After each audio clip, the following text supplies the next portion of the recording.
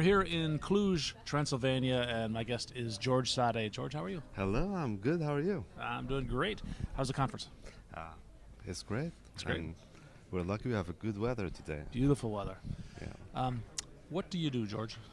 I'm currently working as a master consultant for Falafel Software, and I do work on web technologies as well as mobile technologies. And you were at the conference. You were speaking about web technologies, right? Yes, And I mobile was speaking technologies. about Angular 2. Angular 2, okay. Very much a web technology here. Angular 2, what's the status of Angular 2 right now? Currently, Angular 2 is in RC. RC? It's not officially released yet, but it already has success stories. So it's been used on production websites already. By you? We're actually using it, yes. Oh. So we have a product called Event60, Okay. and on the website for each conference we have a website built in Angular 2. So, event, what's it called? Event? Event60. Actually, so that's a conference scheduling and planning Correct. application. Right. So one of the features we have is for each conference to get a free website, and that where you can see the agenda online. And for IT Camp, I was able to show that during my talk, and it's built with Angular 2. The website is built with Angular 2. The beta version, yes. Okay, with was it the beta version of the Angular 2 or the beta version of the website? No, the beta version of Angular 2. Angular 2, but the production version of the website, which is Correct. interesting. It's in production. What about the mobile app? Is that using any Angular? Well, for mobile apps, we're not using Angular. Okay. We are actually using Xamarin for the mobile Okay. app. But one of the reasons why I started doing mobile is because I really work on web technologies, and I was able to reuse those kind of technologies for Cordova applications to build mobile apps using HTML5, JavaScript, and CSS. But now with Angular 2, we can actually reuse the code because there's a platform called NativeScript, which was developed by Telrik. And NativeScript allows you now, with version 2, to reuse your Angular code to build not a hybrid app, but a really native app that is compiled into native code. Tell me the difference between a hybrid app and a native app.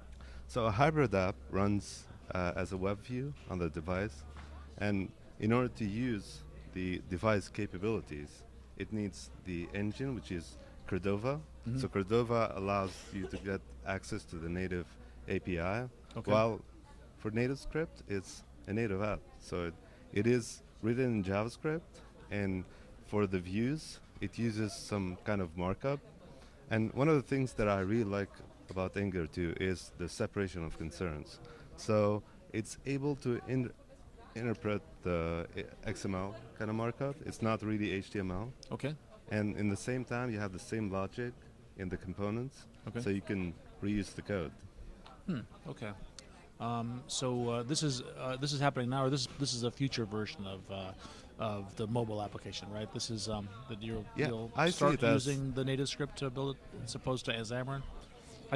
By the way, I work for the company that makes Xamarin. That just recently became true. Well, I'm not sure if the team will consider using it. Oh, okay. But I actually started learning NativeScript I see.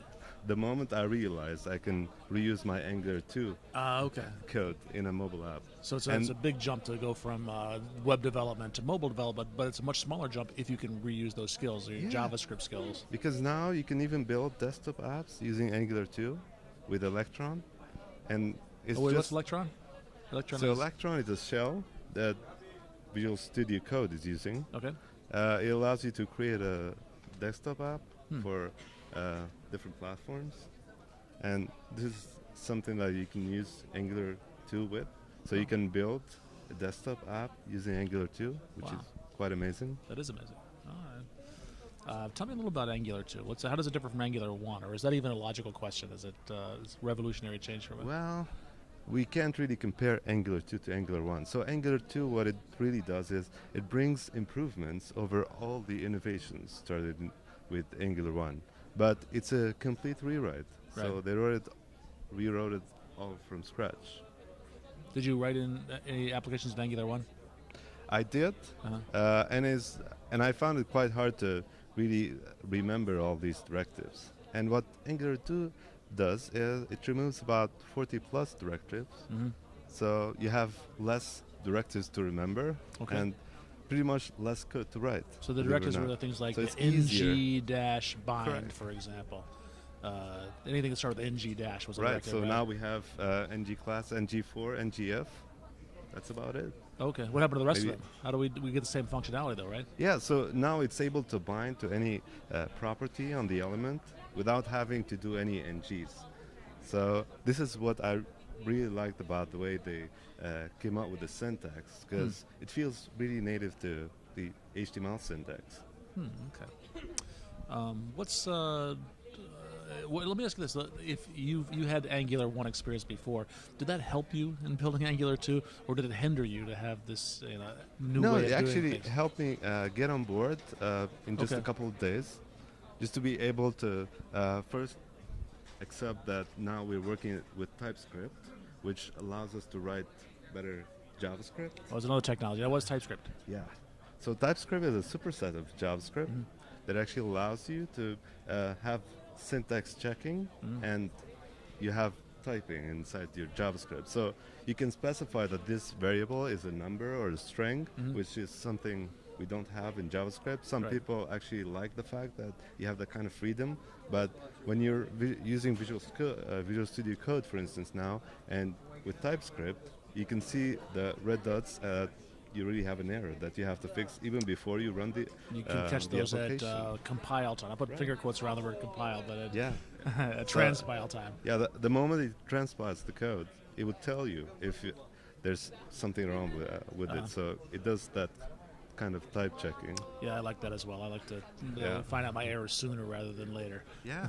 And actually, this is how I got introduced to TypeScript. I started using it before, but it didn't really attract me. But Okay.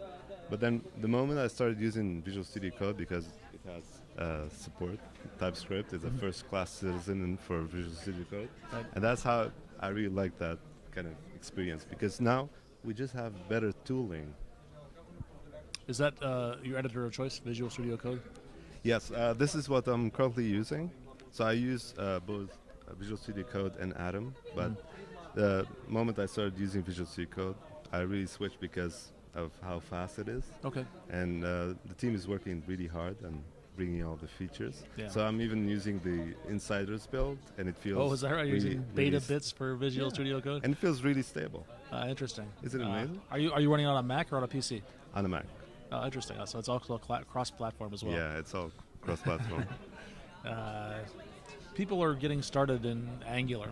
Are they? Where do they go to learn this? Well, the first place I would go is the tutorials on the Angular.io site, and you have some amazing Pluralsight videos by John Papa and Deborah Coretta. So I'm I a would big really Pluralsight fan myself. encourage them. John's to, been on this show. Yeah, it's amazing, and I'm a big fan of what he did with Angular 1 and Angular 2, and we're actually following that path.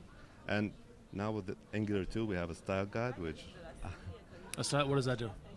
so what the style guide allows us to do is first to be able to understand each other's code. So we follow some guides. It tells you what to do, what not to do, what is recommended. Okay. And now they use some verbing on the website. It tells you we recommend that you do that or not do that. So there's some guidance, some best practices kind of thing. Exactly, because when it comes to JavaScript platform, JavaScript frameworks, Yes. and all the libraries out there, you just have too many options. But now It's a at little bit least you have overwhelming. some sort of guidance how to build the app in a better way. Okay, no, I like that. That makes it easier to read somebody else's code for sure. Exactly. What else? What have we not talked about that we should have? Anything? Oh well, we had some other JavaScript libraries present at the conference. Yeah. We just saw the talk on Aurelia. What did you think of Aurelia? Well, I think it's pretty interesting. It's kind of aligned where Angular 2 is going. Uh-huh. So I feel if you learn one or the other, you'll be able to jump in and quickly learn, because it really uses the same concept, maybe differently. Different but, syntax and maybe something different under the hood. But we're all going to using components, which is Right. really important. So once you learn how to decompose your application into different components, then you can really jump in on any framework that you want, whether it's Aurelia or Angular 2 or even React, because they're all using components. Right. Are you writing about this or speaking about it elsewhere? Well, I will, and I hope I'll be speaking more about Angular 2 because I really like the way it's coming together. And in a couple of months, we'll have an official release. Yeah. Are you blogging? Yes. Where's that? We actually have a 10-day Angular 2 series next month in our blog. So Oh. Is that, you say our, is that the falafel blog? the Falafel blog. Okay. Correct. So Excellent. I'll be writing a few blog What's posts the there. URL for that? It's blog.falafel.com. Pretty easy. We'll look for that. George, thank you so much. Thank you so much for having me. It was a pleasure.